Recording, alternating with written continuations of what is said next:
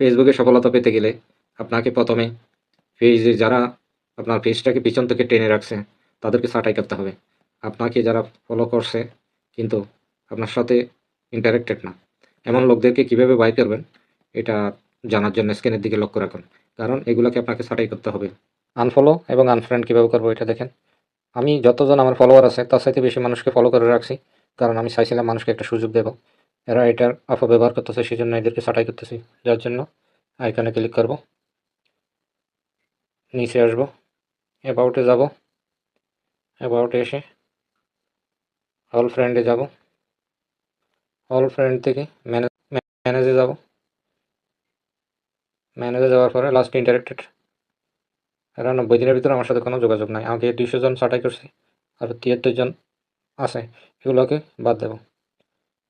প্রথমে এটাতে ক্লিক করবো নামের উপর, এরপর এখানে আসবো। চাইলে এইভাবে আনফলো করা যায়, আবার ক্লিক করব। এইভাবে আনফলো করে ফ্রেন্ড হিসেবে রাখা যায়। এটা হলো আনফ্রেন্ড, কনফার্ম করলাম। এখন এটা বাদ হয়ে গেছে। এভাবে আনফ্রেন্ড এখান থেকে করা যায়। মনে করেন এখানে করলাম, ডাইরেক্ট আনফ্রেন্ড করা যায়, কিন্তু আমার ফলোয়ার হিসেবে থেকে যাবে। আমি তো এদেরকে ফলোয়ার হিসেবে রাখতে চাই না, যার জন্য আমি এইভাবে করতেছি। দ্বিতীয় জনের কাছে আসবো, নামের উপরে ক্লিক করলাম, আনফলো করব, আবার ক্লিক করব, আনফ্রেন্ড করব, কনফার্ম করে দেব। এখন এখানে দোনোটাই করে দিলাম। আবার নামের উপর আসবো, আনফলো করে দেব, আবার আসবো, আনফ্রেন্ড করে দেব।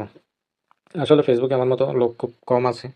আমার যতজন ফলোয়ার আছে তার চাইতে অনেক বেশি মানুষকে আমি সুযোগ দিয়েছি, অনেক বেশি মানুষকে ফলো করে আছি, কিন্তু এরা সুযোগকে অপব্যবহার করতেছে। যার জন্য আমি এই কাজটা করতেছি বাধ্য হয়ে। আমি জানি না এরা এটাতে কি পায়, মানুষের সাথে প্রতারণা করে।